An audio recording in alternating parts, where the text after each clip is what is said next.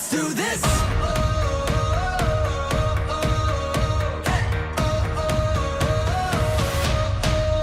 Are you ready for a comeback? Are you ready to fly? Are you ready for the moment? Get ready to ride. Calling all the fighters, calling on survivors. Are you up all nighters? We can take it higher.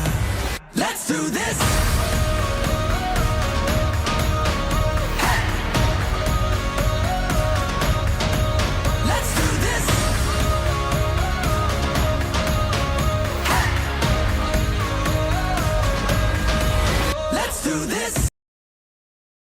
Hello guys, it's James once again, and welcome again to our next episode of the Mangold podcast, where we continue to go beyond the surface into meaningful and inspiring conversation surrounding the issues men face.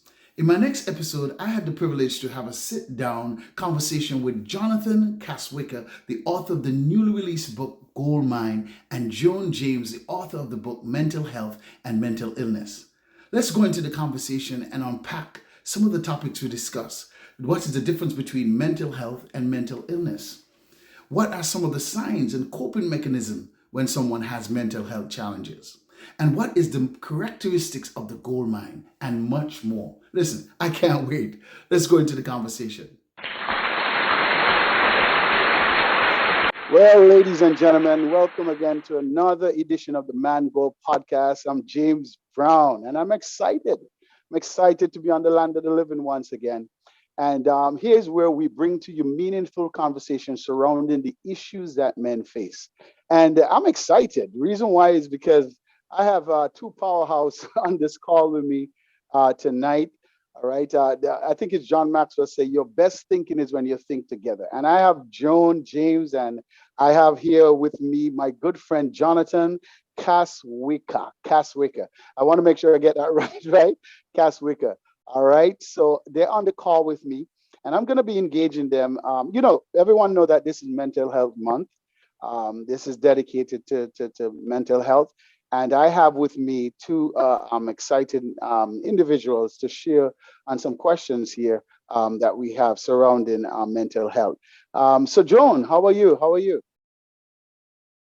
I am doing great, and it's a pleasure to be here with you and to engage with Jonathan and your group. Yes, and your viewership.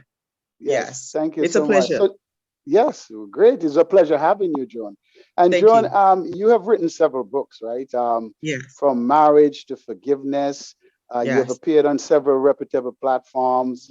Most of the time you spent is inspiring, writing, doing blogs, and really maximizing, helping people to maximize their potential in God. That's what I get from you. But you have two beautiful daughters, and you're really doing a lot of work in the kingdom. That's amazing. That's amazing. And what's that? And a granddaughter. And a granddaughter. That's it. Good. I can't leave her out. Okay, wonderful. So blessed. It's a pleasure to have you, Joan. Thank you. Jonathan, great. So Jonathan, you grew up in a Christian home. All right. You saw this. Your mother and father were in the ministry, and you're married yourself right now to your beautiful wife. And you're doing pretty well in the ministry there. And you have just produced your first book. Your first book, it's called Gold Mine. And I had a sneak preview of that book. And trust me, I think I have to go back through it. It's, yeah. But and Joan, of course, you have written your final, your last work, which is on mental health and mental illness. Yeah. But Jonathan, you talk about in your book that your mom went through an experience, and hence the reason why this has really inspired you to write, so to speak. Great. So I'm just, without further ado, I'm just going to move right into, we have 60 minutes power pack, and we have a lot to cover. Great. So I'm just going to begin with Jonathan. And for the audience out there, Jonathan, who don't know the book, what is Gold Mine? What is the Gold Mine? Yeah. So first and foremost, thank you for having me, James. Right. So the Gold Mine, essentially, the mind behind it was to create a guide for people who have a hard time building their minds, restructuring their minds, working on themselves, we see a lot of people talk about how, I'm working on myself. I'm trying to become a better version of myself. I'm trying to work on the things that aren't necessarily the best in my life.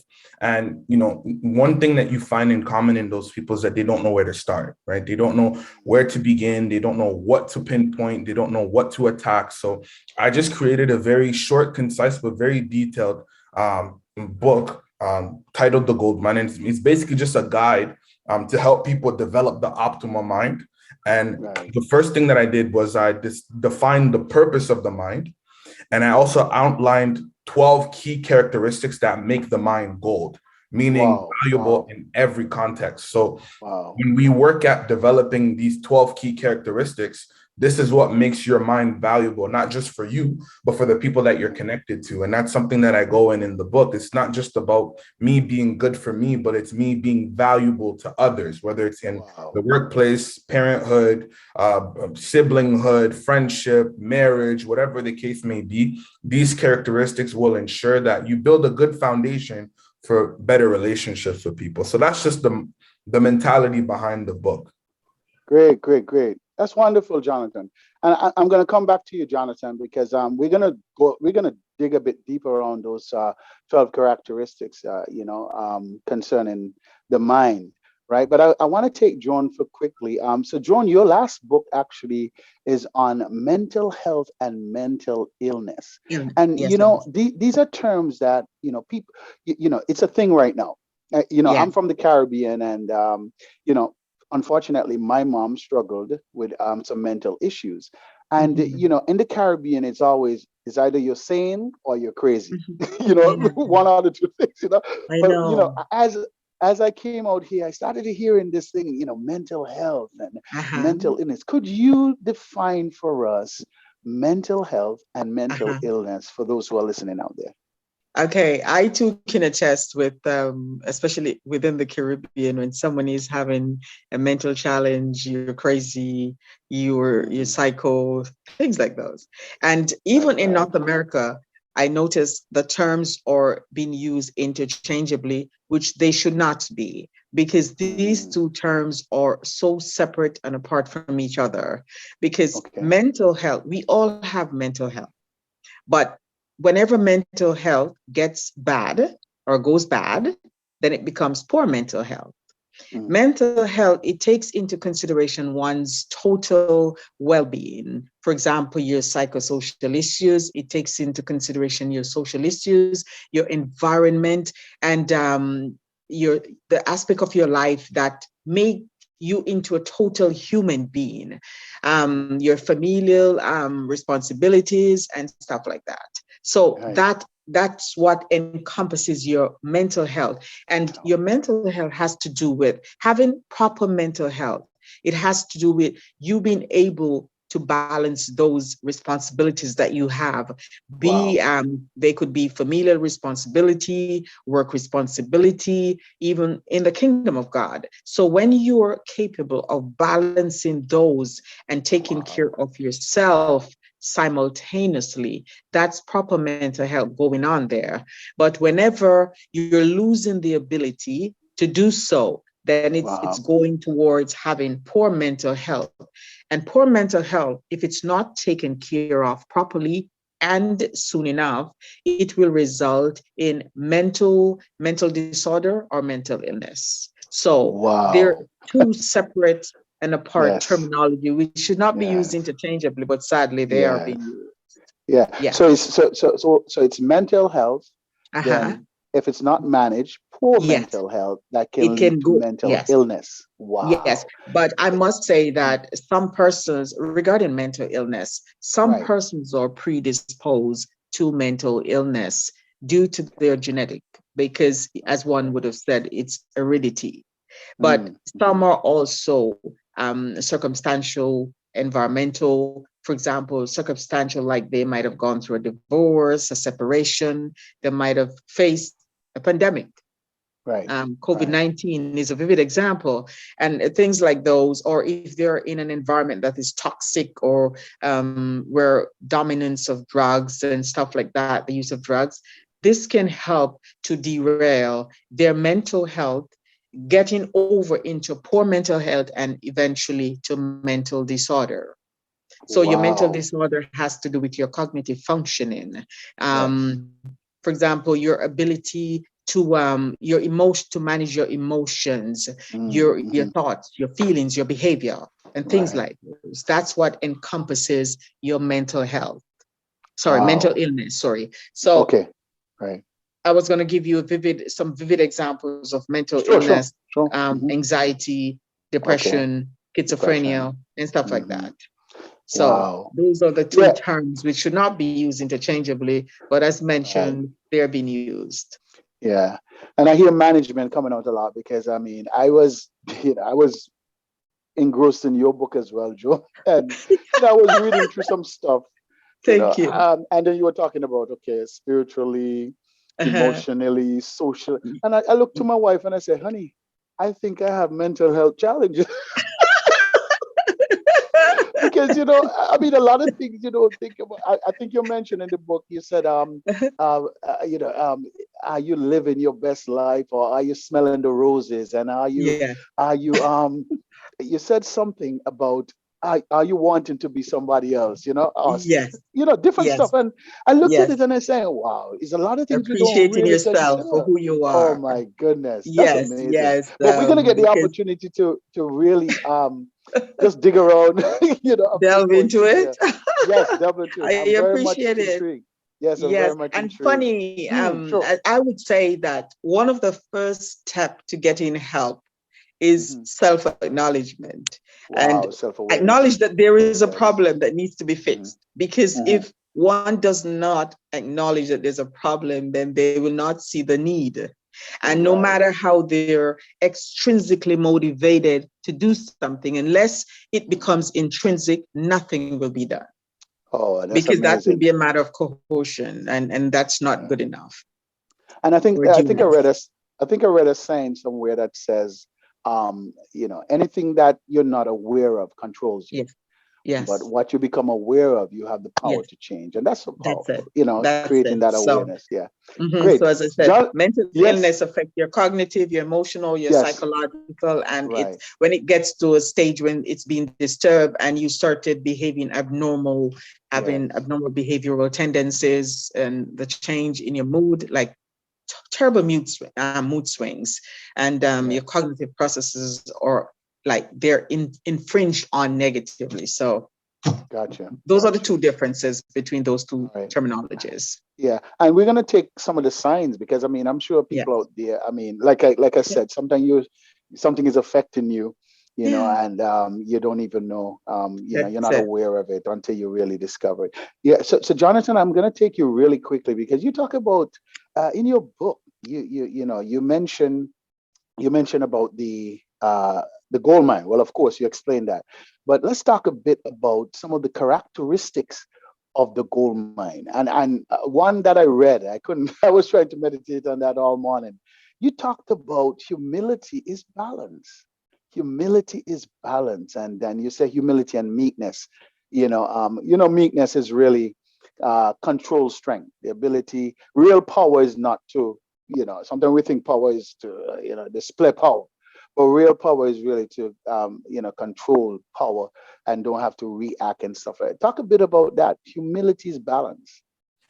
So humility is balancing what you know, and also balancing what you don't know, right? So meaning that I can be capable, I can have abilities, I can be confident in something, but I should also be able to acknowledge when I have weaknesses, where I have limitations, where I'm not necessarily as capable, or where I'm not necessarily as prolific, right? So it's being able to balance those two things. And what we see normally is that sometimes people, they just dwell in their weaknesses, which isn't bad if you have the right mindset.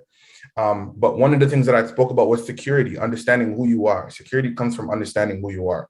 If you don't understand who you are and you try to practice humility, for example, you tend to lean towards dwelling in your weaknesses and, I'm not enough. And, I don't know how to do this. And it's important to acknowledge that I don't know how to do something, but you should also be able to acknowledge what you're able to do. So it's balancing those two things. I'm capable of certain things, but I'm also able to admit what I'm not capable of or what are my limitations. Yeah.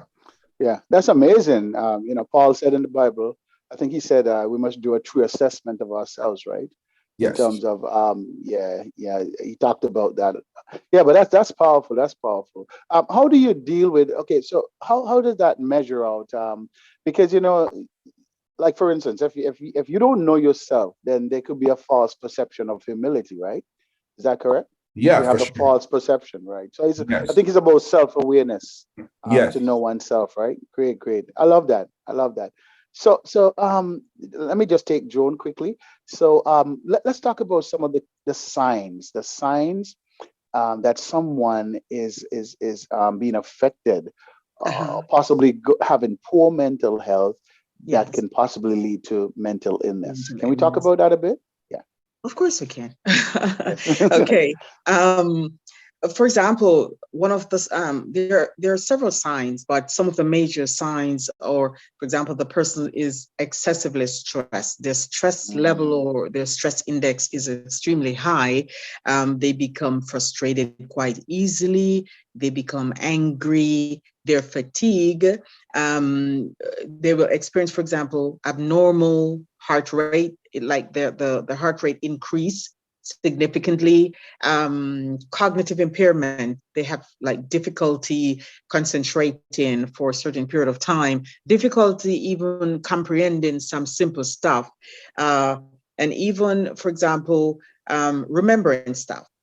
Those are some warning signs. And insomnia, which is lack of sleep, or if you sleep, it's not like for a considerable time that you're supposed to, the necessary type of sleep that you need, the REM sleep. You're not having it, you're frustrated, you're extremely worried, you're fearful, and you're stressed. And one of the other signs is social withdrawal, to become highly introverted, to withdraw from society, persons you normally have pleasure in being around, and activities that you normally like to be engaged in, you no longer find pleasure in those things. Also, that can also affect one's eating patterns. Right. They will go into either eating too much or eating too little. Okay. Yes, things like those are warning signs that they should pay attention to. And another one is that of losing interest in self-care and self-love. They don't have that natural inclination anymore to take care of themselves, and their normal hygienic activities on a daily basis is being ignored. They are not like in line. They don't care about what they look like, things like those. And that was not normally them, It's also important, and some other warning signs, or their behavioral tendency, their mood swing, as I mentioned, and their thoughts, their feelings, and stuff like that. So those are some warning signs, and that they should pay attention to whenever they realize that this is happening to them. And it is scientifically proven that men tend not to show, like disclose those type of problems whenever they're having emotional or psychological problems. They tend to sweep it underneath the carpet. It could be due to their ego. And there's this common myth in our society where it says that real men don't cry. That is so debilitating. And I can say that stands in the way of many men who could have gotten help earlier and not like experience mental illness. But the fact that they're supposed to be displaying that, you're not supposed to cry. Yes. So even when emotionally they're dying, it's being expected that they should display strength by not saying anything or seeking the necessary help that they need. Wow. Yeah, because I was just going to ask you if it's if it's unique, if it's different amongst a woman or a man, are the signs different, or are the signs just general in terms of especially among women, it has been scientifically proven, because psychology is also one of my backgrounds, and I've conducted a lot of empirical research. And what they have found is that men tend to display certain signs more than women. For example, some of the ones that they made mention of is social withdrawal. They will resort to things like drug and alcohol abuse, and they become like very, very irritable.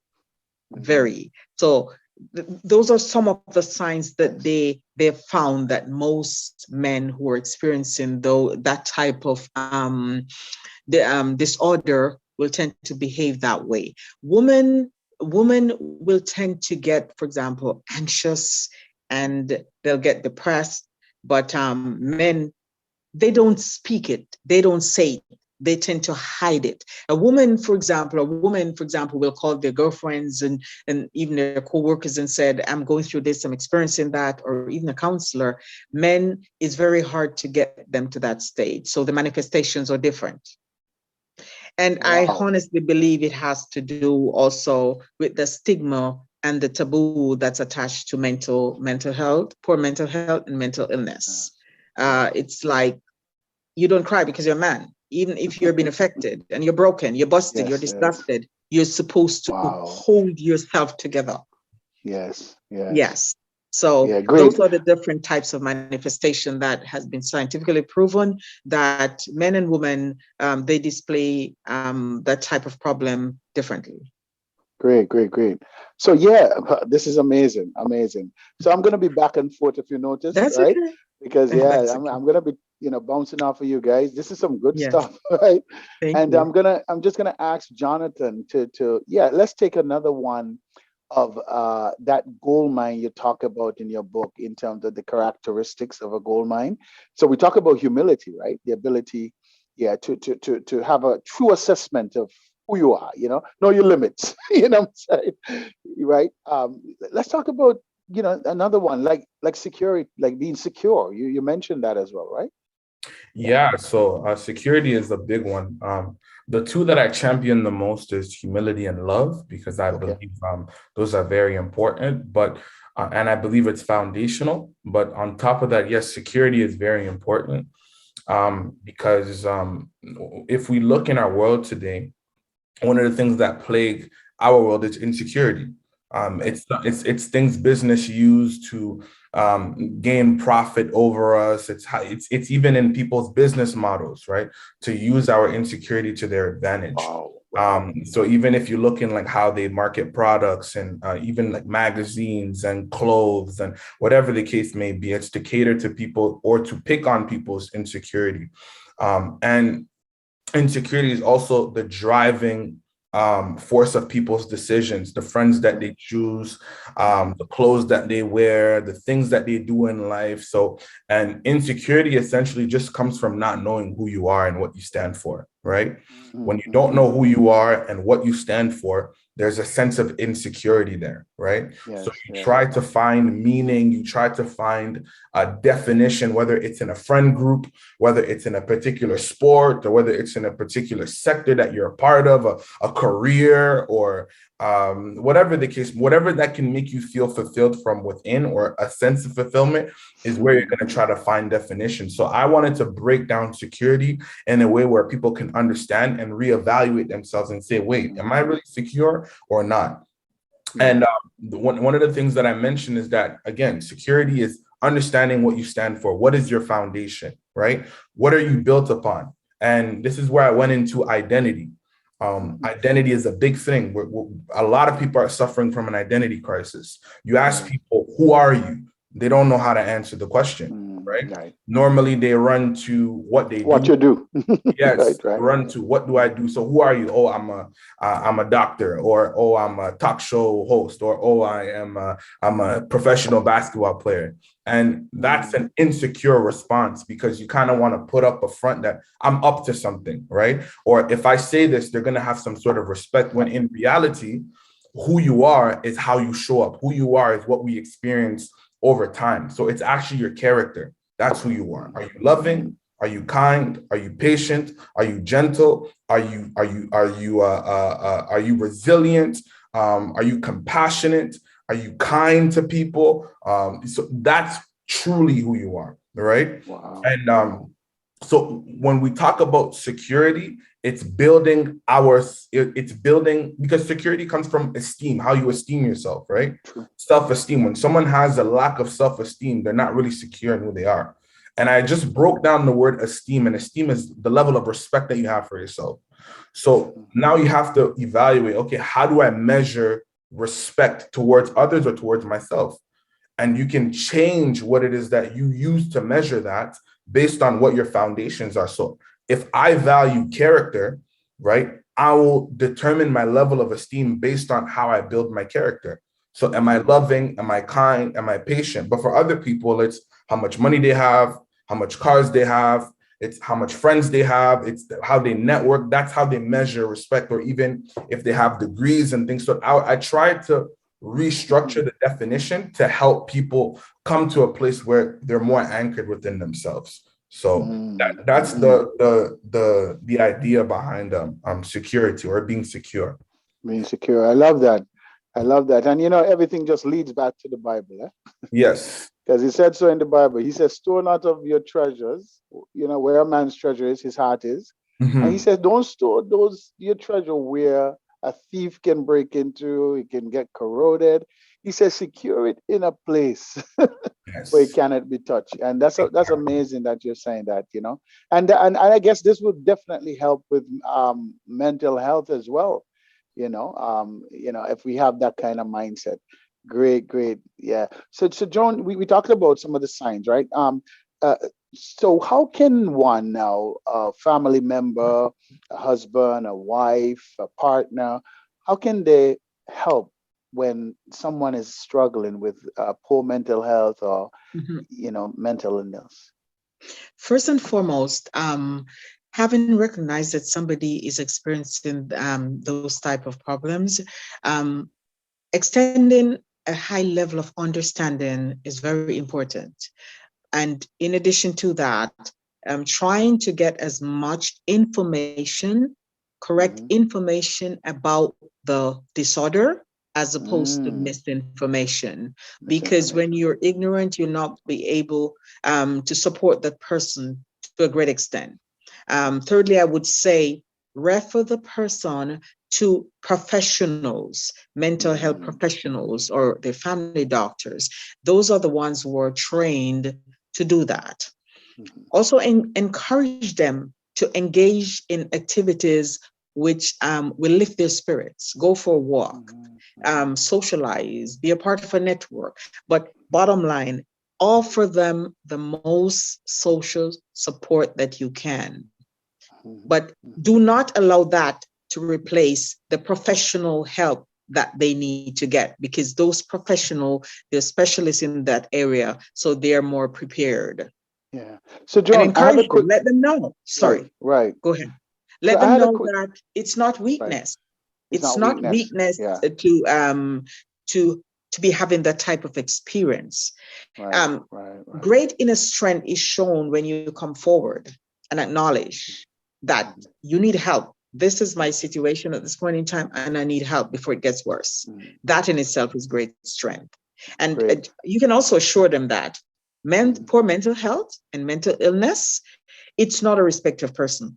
It does not respect gender, neither your ethnicity, geographical location, neither your social economic status. It affects anybody across the board. So let them know that it's not your fault. We are here for you, the necessary support that you need, but bottom line, make sure you refer them to their medical professionals or mental health professionals, which they have all the resources that's needed to help them.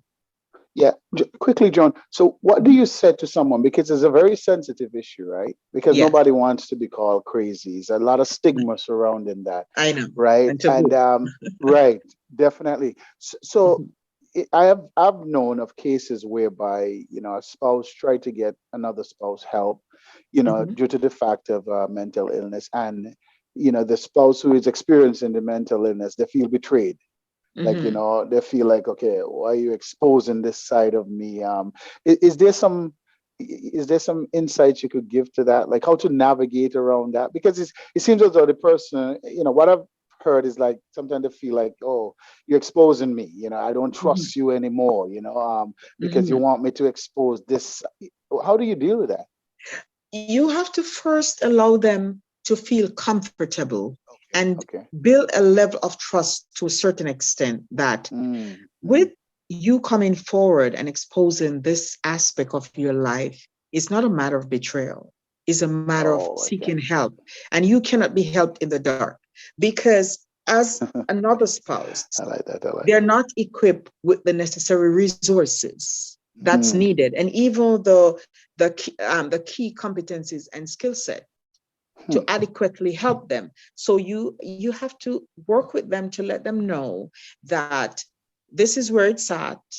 It's more than I can manage. So we have to step outside of the box now. First of all, your family doctor, which these are persons that your relationship with them is confidential and your details should be protected. Okay. So try to get that person or those persons to that level that this is not betrayal. This is a matter of wanting to help you before it gets worse. Because poor mental health, if it's not given adequate and proper attention, it will result in mental illness. So first of all, let them realize that, no, this is help that we're trying to provide. And it's going to be done in the right context and in the right environment. And it's not here for anybody to judge you, but to help you. Yes. But you have to win that person's trust that this is not deception. Yeah. A safe space, huh? Safe space. Yes. A safe space to express themselves. For example, engaging with a counselor, a psychotherapist, and people in that type of environment, and they're bound by ethical principles and standard that people's information are protected unless it's a case that they have committed a crime. Gotcha. Yes. Wow, good stuff. Whoa.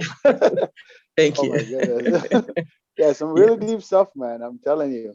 Yes. So Jonathan, we're gonna take you again. We're gonna talk about another one of because I how I look at your book, Jonathan, is sort of like how to put it, like the Bible said, put on the whole armor, to withstand the wiles of the devil. I sort of see a book like that, to fortify, great. So let's take another one of the characteristics of the gold mine before we talk about, how to mine for this goal, right? Let's responsibility. You want to take one? Yeah. Responsibility.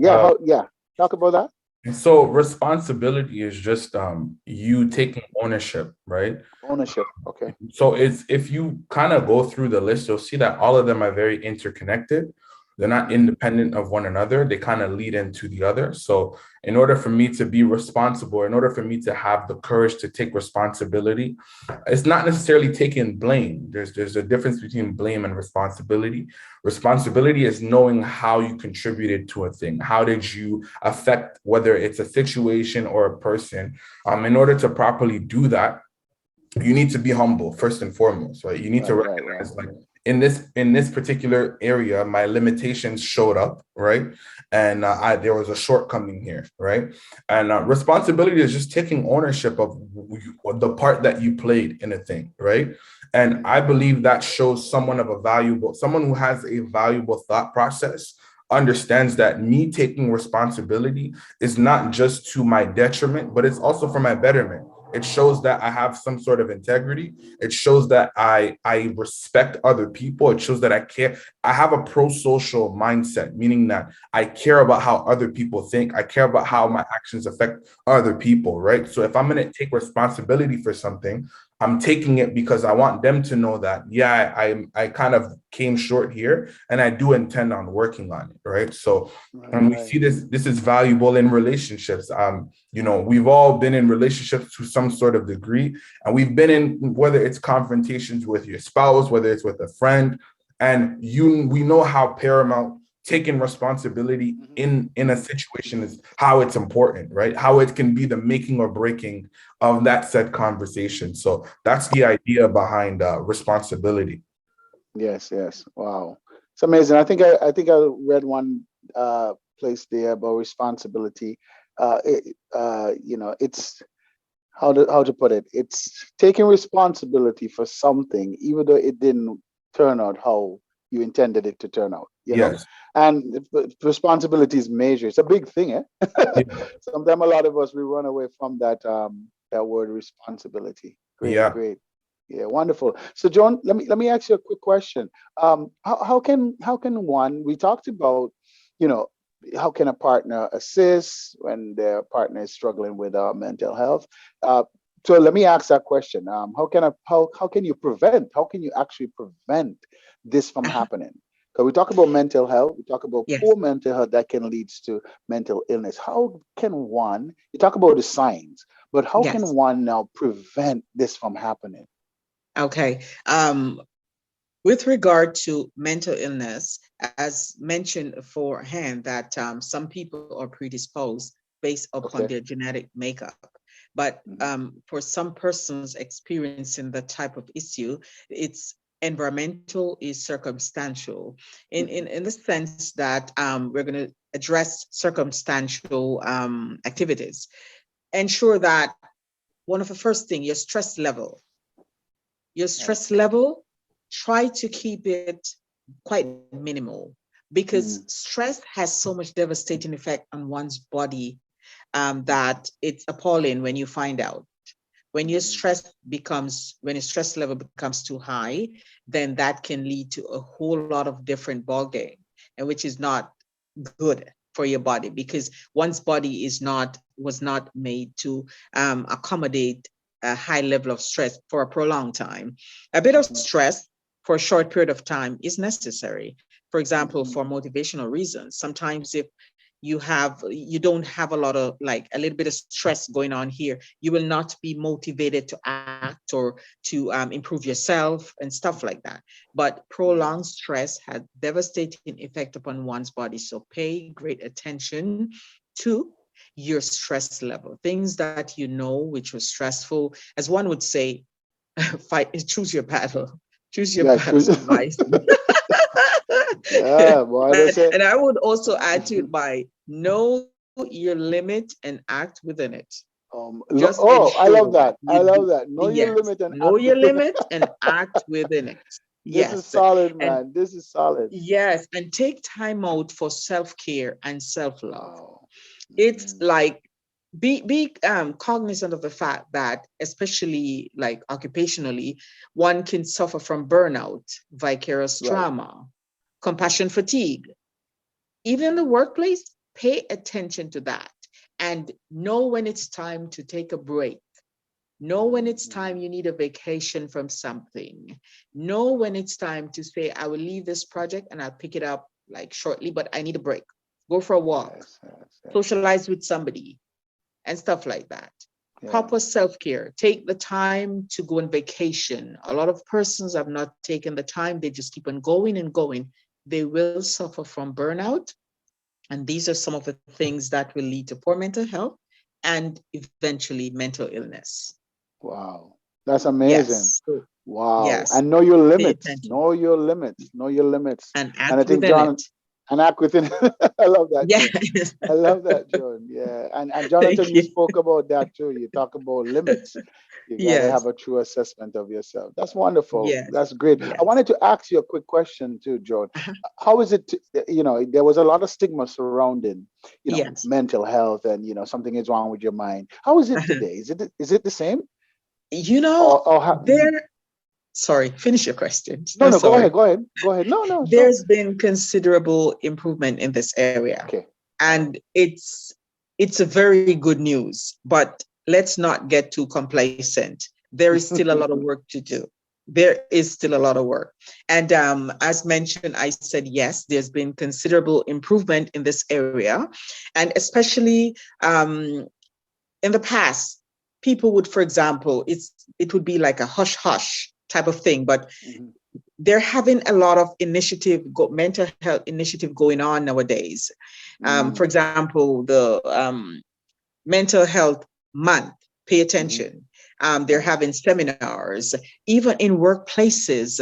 A lot of workplaces have now embraced having seminars, and they have made it a part of their agenda to ensure that staff, they have programs like mindfulness, suicide and suicide ideation, and workplace incivility and stuff like that, to ensure that people's mental health is being taken care of. So with all those initiatives going on, and especially since COVID-19, there's so many persons who are having that experience. So that has been a motivating factor for some who have been in the dark and have been hiding, to say, comfort, I'm not alone. There are other persons out there having the same experience. I'm not alone. So the shame is being erased slowly, but as mentioned, let's not get too complacent, because there is still a lot of work to do. We want to see a total eradication. Great. Jonathan, right. Yes. Jonathan, you wanted to, any thoughts on that? Any thoughts on that in terms of it? You know, a lot of stigma was surrounding it. What do you think today? Is people being more, welcoming of the fact that you can be struggling with mental? Yeah. I think I agree completely with Joan. We've made considerable strides in this area, but we are not to become complacent. Yes, I think definitely. that statement is twofold, because society tends to lean on the problem and not the solution. So sometimes people use mental health as a way to remain stagnant, when in reality, we brought forth this conversation so that we can see improvement, right? So it's important for us to keep pushing forward and doing what, as Joan is doing, or writing books and making people aware and giving people the tools to become better. So I wholeheartedly agree. And I would say, even for me growing up, I was kind of the moldable generation, meaning that we weren't too rigid in our thought process. Mental health, right? So it was kind of a running joke that, this is for white people, right? But to us, it was a joke. It wasn't it wasn't like an ingrained mentality. It was like, what sounds prestigious, right? But over time, because we grew up in the social media age where all these messages are being sent to us, so we were kind of informed that, it's okay to talk about what's going on in your mind. It's okay to talk about your feelings. It's okay to cry. So we kind of grew up in that. So I see the transgenerational struggle that people are having with this new, it's not really new, but with this evolving, I guess, conversation that's happening around mental health. So, but I wholeheartedly agree with Joan. Wow. Great. So Jonathan, tell me, how do I mine for gold? I heard one speaker put it this way. He said, the gold that you have is between your ears. Yes. Your gold mine. How do you mine? How we talk about some of the characteristics, but how do you mine now? How do you unearth, some of this treasure that is within us? Yeah. So the three things that I speak about is, number one, having grace for yourself. Because when you read this book, you're going to read a lot of things that maybe you've never put into practice, things you've never known, things you never even thought about.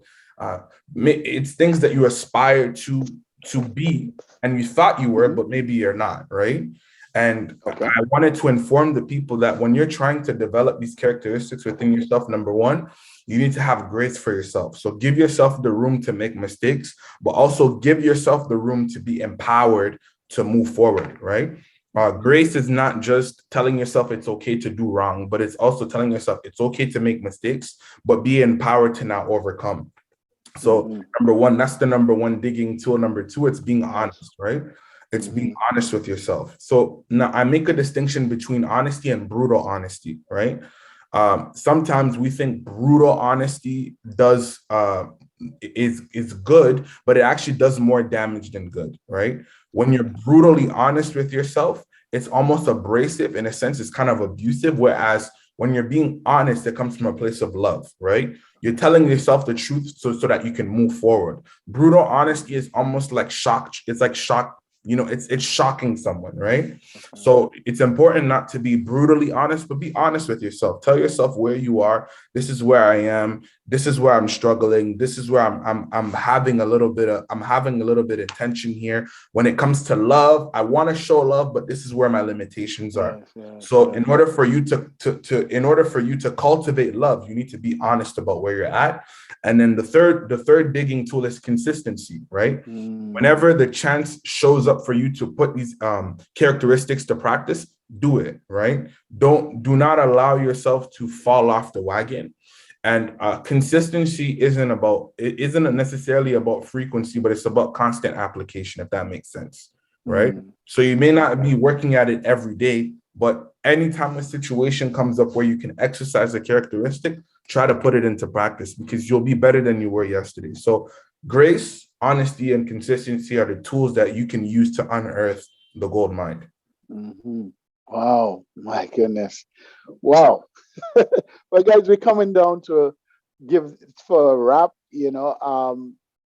Folks are going to be able to get in touch with you guys to talk some more. I know you do coaching, Jonathan, and also Joan, I engage in some coaching as well. I want to ask Joan, I want to ask you this question for men who are watching, and listening on this platform, who may be affected, with mental health issues or strain or illness, right? What advice can you share with them? They're listening. They heard about, you have defined it for them. You have said, you have highlighted some signs. What advice can you give them before we close out? First and foremost, do not suffer in silence. You're not alone. Right. There are so much professional resources and help out there that can help you to move from that place into a better place. For example, there are counselors, there's psychotherapists, there's psychiatrists, there's your family doctor, which is your first and foremost contact.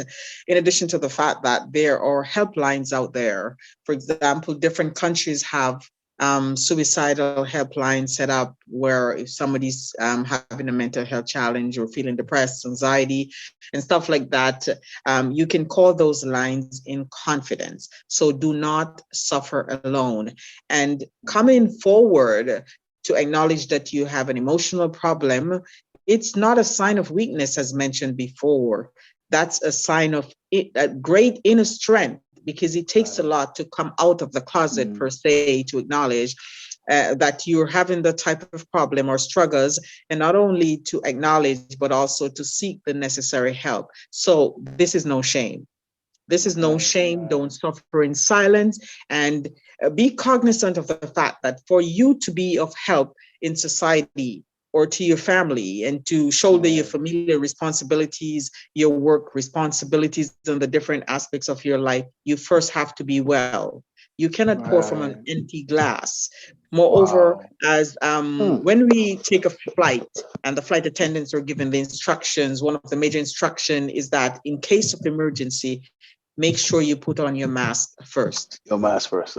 Because you have to be secured first. You have to be well in order to be able to help somebody, even your most loved, like child, spouse. If you're not well, you'll be of no help to them and to society. So it's no shame. Don't suffer in silence. Oh my goodness. Wow. Yes. Yeah. Whoa. Jonathan, just give some quick advice, some just encouragement out there, just speaking to the camera, just, those who might have been suffering from some sort of mental health issues. Yeah, right off the back of what Joan was saying, is just don't suffer in silence. Seek out the resources that are out there. Get help. It's kind of like when you're out of shape, you look for a personal trainer. When your leg is broken, you look for a doctor. When you, when you need water, you drink water, right? It's the same thing for your mind, right? Your mind is the vehicle for everything that you do. Without your mind, you have nothing, right? It's one of the most valued resources on the planet. So you want to guard it with your life. And you do so by seeking out the things that are necessary to maintain it, right? Not just your own personal routine and practices, but also someone who can kind of speak into your life and who sees it from another perspective. Some people can't afford therapy. They can't afford counseling, but maybe a trusted advisor, someone who has wisdom, someone who is able to speak from a sober place, to speak into your life, help them. You just seek out help, right? This is it's no longer the time to die in silence, right? And a lot of men have children, a lot of men they have spouses, they have companies that they run, and you can't be of help to them. As Joan said, again, I'm just copying and pasting what she's saying. Yes, you can't be of help to them. That's okay. That's in order. Sure. Because I think that's the most that you can say, right? It's really like, you don't want to continue to perpetuate a dysfunction, right? We've seen how it didn't work for others, so how do we think it's going to work for us, right? So I'm just going to piggyback off of what she said and double down on it. Wow. That's it. Hey, sure. Hey, amazing. Go ahead, John. No, that's okay. That was just okay? agreeing with what Jonathan was saying. Sure. Yes. Don't suffer in silence, as I said. Don't suffer in silence. No, listen, Joan, Jonathan, listen to me. Listen, thank you so much. Thank you so much for doing this. Listen, if I, some people dig for gold, right? The gold in itself. If man, I want to dig for the gold mine, the ideas. Yes. Yes. These are priceless. It's priceless. Trust me. It's yes. priceless. Thank you for your work. Thank you for your contribution, Joan. Jonathan, thank you for taking up the mantle and being courageous enough to put your ideas out there. Miles Monroe said, "Listen, don't take it to the cemetery. No, but leave it right here." And I commend you for what you do. Yes. Empty yourself. Empty yourself before you go. Great. Well, ladies and gentlemen, there you had it. You had Joan James and Jonathan right there talking about the mind. Mind is a terrible thing to waste. And I want to thank you for being once again on the Mangold podcast. So, Joan and Jonathan, thank you so much. You're most welcome. And it has been my pleasure, James, and also Jonathan. Yes. Highly educational and informational. I appreciate it. Well, guys, there you had it, another episode and conversation on men and our mental health. Some of the goal I got from this conversation is that institutions and individuals can secure themselves to a level of our insecurities. Wow, that's powerful. This is why our security must be in things that cannot be manipulated by external forces. Just like every other area of our lives, our mental health needs to be managed and taken care of. Listen, this was my gold nugget. I'm anxious to hear what was your goal that you got out of the conversation. Please leave them in the comments down below. And remember to share, subscribe, like, and click the notification bell. And I'll see you next time. God bless you.